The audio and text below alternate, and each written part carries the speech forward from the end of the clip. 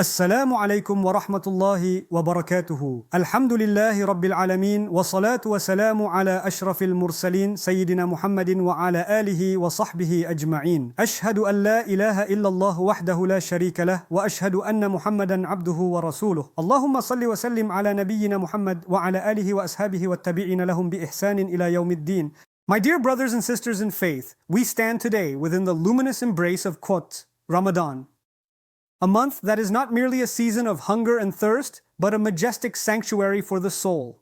When we speak of Ramadan, our hearts instinctively gravitate toward the concept of fasting, yet the divine decree identifies this month primarily through its relationship with the word of Allah. Allah subhanahu wa ta'ala says, "The month of Ramadan is that in which was revealed the Qur'an, a guidance for the people and clear proofs of guidance and criterion." Therefore, Ramadan is, first and foremost, the celebration of revelation. To truly appreciate the weight of the Quran during these blessed days, we must delve into the linguistic miracles embedded in its very name. The word Quran is derived from the root qara'a, which carries two profound meanings, to recite and to collect or gather. This tells us that the Quran is not a static text. It is a dynamic recitation, intended to be vibrated through the air and echoed within the chambers of the human heart. Furthermore, it is a gathering. It collects the wisdom of all previous revelations, the laws of the universe, and the ultimate truths of human existence into one miraculous discourse. When you recite the Quran in Ramadan, you are not merely reading words. You are engaging in an act of the cosmic gathering, bringing together your scattered thoughts and focusing them upon the divine. Consider also the linguistic origin of the word Ramadan. It stems from the root Ramadah, which refers to the intense heat of the sun scorching the earth. This is deeply symbolic. Just as the intense heat of the sun burns away impurities and parches the ground in preparation for the coming rain, the spiritual heat of Ramadan is meant to burn away our sins and the rust upon our hearts. But what is the rain that revives the scorched earth of the soul? It is the Quran. Without the Quran, the heat of Ramadan would be nothing more than physical exhaustion. It is the revelation that transforms the burning into a process of purification and growth. We must ask ourselves, what is our relationship with the Book of Allah during these nights? For many, the goal is the completion of the text, the khatmams. While there is great virtue in this, we must ensure that our tongues do not move faster than our hearts can feel. The Quran was sent down to be, quote, reflected upon. Tadabbur. The word Tadabbur comes from dubur, meaning the back or the end of something. To engage in Tadabbur means to look at the consequences, the ultimate ends, and the deeper implications of the verses we recite. It is a call to look beyond the surface of the letters and to let the majesty of Allah's speech reshape our worldview. As we embark on this journey through the month of light, let us approach the Quran with the humility of a student and the desperation of a traveler lost in a desert. Let this Ramadan be the time when the Quran moves from our shelves to our tongues and from our tongues to the very depths of our spiritual consciousness. We seek not just to finish the Quran, but to let the Quran finish the construction of our character. To understand why our hearts often remain spectators to our own recitation, we must confront the theological root causes of our spiritual stagnation. Why is it that the same words that cause the mountains to crumble in metaphorical humility, لو أنزلنا هذا القرآن على جبل لرأيته خاشعا متصدعا من خشية الله, often leave our hearts unyielding? The primary cause is a theological disconnect between the reciter and the speaker. We have mastered the art of tajweed, the science of articulating letters from their correct exits. Yet we have neglected the tajweed of the soul. We treat the Quran as a text to be finished rather than a living address from the Creator to the created. When we approach the Quran as a mere ritualistic duty of Ramadan, we inadvertently build a barrier between our intellect and our intuition. The Quran identifies this phenomenon with a piercing rhetorical question. أَفَلَا يَتَدَبَّرُونَ الْقُرْآنَ أَمْ عَلَى قُلُوبٍ أَقْفَالُهَا? Do they not then reflect upon the Quran, or are there locks upon their hearts? The word aqfaluha, its locks, is linguistically profound. It suggests that every heart has a specific lock, a unique spiritual pathology that prevents the light of revelation from entering. For some, the lock is arrogance, the belief that they already know the message. For others, it is distraction, a heart so saturated with the noise of the dunya that the signal of the akhirah cannot be received. In the realm of spiritual theology, this is known as Qaswat al-Qalb, or the hardening of the heart. Just as rain cannot penetrate a solid stone but nourishes the soft earth, the Quranic revelation requires a heart that is porous and receptive. Furthermore, we must examine the linguistic root of the word Tadabbur, which we often translate simply as reflection. In Arabic, Tadabbur comes from the root dubur, which refers to the back or the end of something. To perform Tadabbur is not merely to think about a verse. It is to look at its ultimate consequences and its end in one's own life. It is to ask, where does this verse leave me? What is the after effect of this divine command on my character?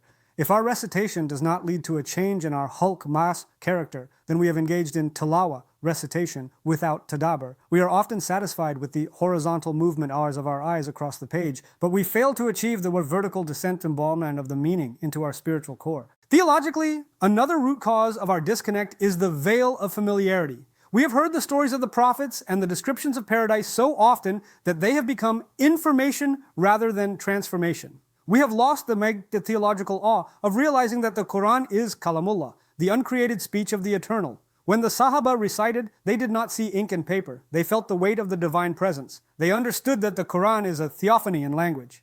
This Ramadan, we must break the locks of our hearts by repenting from the rust, rayan, that accumulates through persistent sin and heedlessness. As the Prophet, peace be upon him, taught us, the heart rusts just as iron rusts, and its polish is the remembrance of God and the recitation of the Qur'an.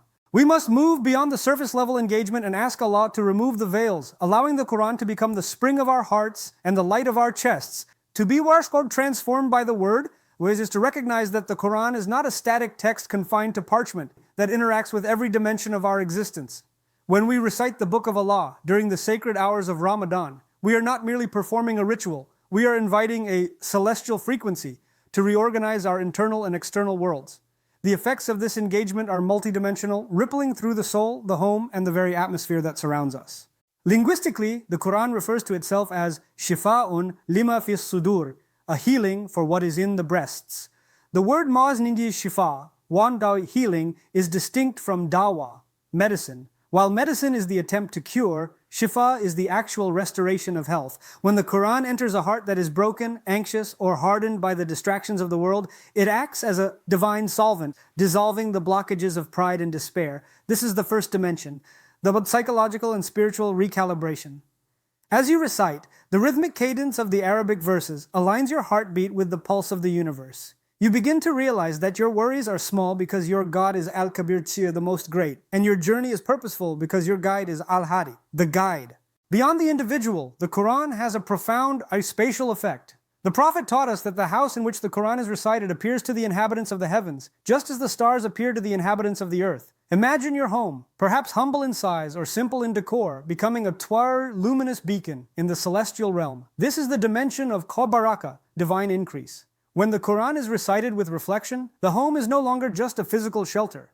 It becomes a sanctuary. The angels descend surrounding the reciters with their wings, and the sakina, that deep God-given tranquility, descends upon the family. In a world defined by noise and chaos, the Ramadan Qur'an provides a fortress of silence and peace within our domestic spheres. Furthermore, we must consider the linguistic dimension behind of the word tilawa. While often translated as recitation, its root meaning in Arabic also implies to follow or to trail as the moon follows the sun. Therefore, true tilawa means that the reciter is not just pronouncing words, but is following the lighters of those words. Every verse you read should leave an asar, a trace or a footprint on your character. If you read about the mercy of Allah, your hands should become more merciful. If you read about the patience of the prophets, your heart should become more steadfast.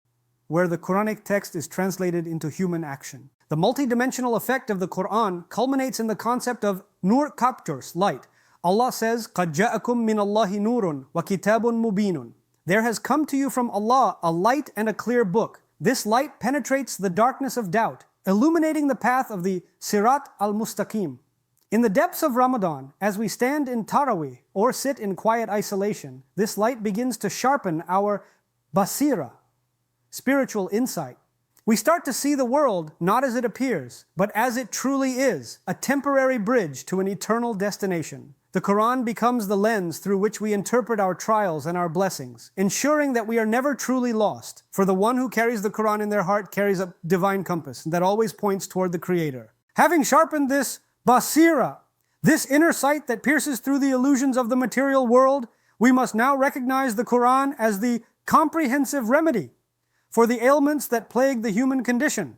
In the sacred laboratory of Ramadan, where the body is weakened by fasting and the soul is strengthened by prayer, the Qur'an acts as a divine balm. It is not merely a book of laws or historical accounts. It is, as Allah describes it, وَنُنَزِّلُ مِنَ الْقُرْآنِ مَا هُوَ شِفَاءٌ وَرَحْمَةٌ لِلْمُؤْمِنِينَ. And we send down of the Qur'an that which is a healing cause and a mercy for the believers. Linguistically, the word used is Shifa, not just dawa.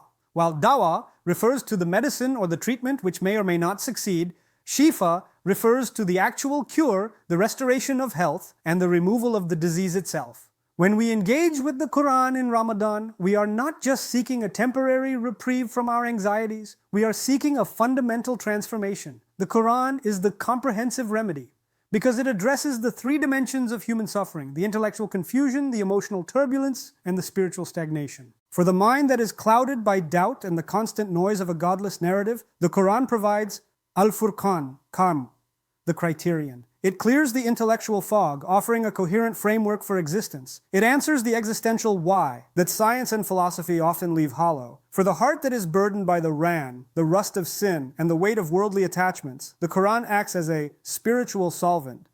Every verse recited with presence of mind is a stroke of a brush, cleaning the mirror of the heart so it can once again reflect the light of Allah. In the depths of Ramadan nights, when the world is silent and you stand in Qiyam, the Qur'an addresses your specific griefs and fears. It is a remedy for ghafla, heedlessness, the most dangerous disease of the soul. We often live our lives in a state of spiritual slumber, chasing shadows, but the rhythmic recitation of the Qur'an acts as an divine awakening.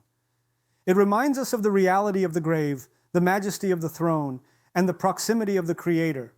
It shifts our focus from the perishing to the everlasting. Furthermore, the Qur'an is a remedy for the hardness of the heart. Allah asks, أَلَمْ يَأْنِ لِلَّذِينَ آمَنُوا أَن تَخْشَعَ قُلُوبُهُمْ لِذِكْرِ اللَّهِ. Has the time not come for those who have believed that their hearts should become humbly submissive at the remembrance of Allah? Ramadan is that time. The fasting softens the physical self, breaking the ego's dominance, which allows the Qur'an to penetrate the layers of pride and stubbornness. This is the holistic healing of the Qur'an. It does not just treat the symptoms of our unhappiness, it uproots the source by reconnecting the creation to the Creator. As we navigate the remaining days of this blessed month, let us approach the Mushaf not as a task to be finished, but as a sole prescription to be taken.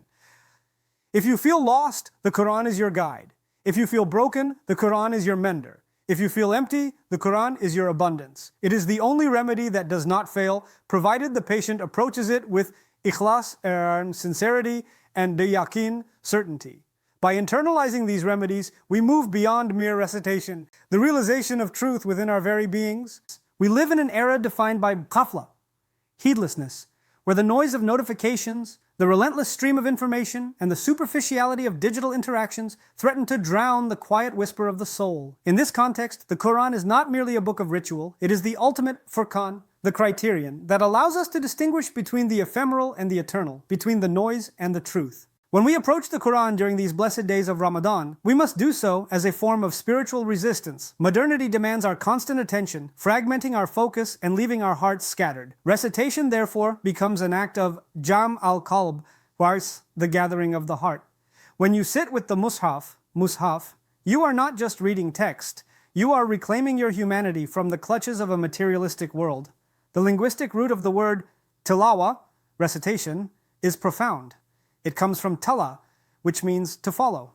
Thus, the modern application of our recitation is not found in how many pages we turn, but in how closely our actions follow the verses we have just uttered. In our contemporary lives, the Qur'an must serve as the lens through which we view every challenge. When the world presents us with a crisis of identity, the Qur'an reminds us, فَأَيْنَ تَذْهَبُونَ? So where are you going? Surah At-Takwir 26. When the pressures of productivity and hustle culture leave us feeling burnt out and worthless, the Qur'an restores our dignity by reminding us that our value is not in our output, but in our taqwa, God consciousness. The modern application of reflection is to take a single ayah and allow it to filter your day. Ask yourself, how does this verse change the way I speak to my family? How does it change the way I conduct my business? How does it change the way I treat the environment? Furthermore, the Qur'an provides the antidote to the modern epidemic of anxiety. We are a generation that knows everything about the world, but very little about our Creator. By reflecting on the asma wa sifat, names and attributes of Allah within the Quran, we replace our existential dread with sakina, divine tranquility. We realize that the one who sustains the orbits of the planets is the same one who sustains our beating hearts. This Ramadan, let your recitation be a digital detox for the spirit. Silence the world so that the word may speak. Let the rhythmic cadence of the Arabic text reorganize your internal state, moving you from a state of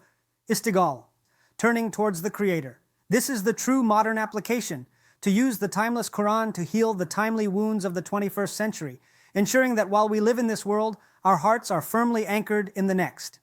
By doing so, we transform our Ramadan from a month of temporary hunger into a lifetime of permanent enlightenment. As we stand at the threshold of the departure of this blessed month, we must ask ourselves a question of profound spiritual consequence. Has the Quran merely passed through our throats in a rhythmic melody, or has it anchored itself within the very bedrock of our souls? The departure of Ramadan is not a farewell to the Quran.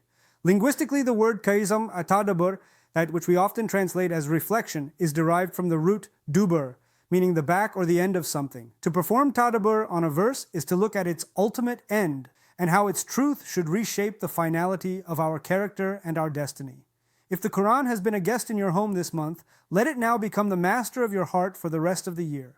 The Quran is described as al-Habl al-Mateen, the firm rope of Allah. One end of this rope is in the hand of the Almighty, and the other end is in your hands. To let go of your daily recitation and reflection after the Eid Takbir is to let go of your lifeline in a world of spiritual drowning. We must realize that the resonance of the Quran in our lives is the only light we will carry into the darkness of the barzakh. The Prophet ﷺ informed us that the Quran will come as an intercessor for its companions on the day of resurrection. It will argue on your behalf, it will plead for your forgiveness. Sharfi in Tordi, for healing for the scars left by a life of sin. Do not let your relationship with the Book of Allah be seasonal. Let it be perennial, blooming in the winter of your trials and the summer of your ease. As we conclude these days of fasting and nights of standing, let us turn our hearts toward the heavens in a final, humble plea. O Allah, the revealer of the book and the mover of the clouds, we ask you by every name that belongs to you to make the glorious Quran the spring of our hearts, the light of our chests, the remover of our sadness, and the purger of our anxieties.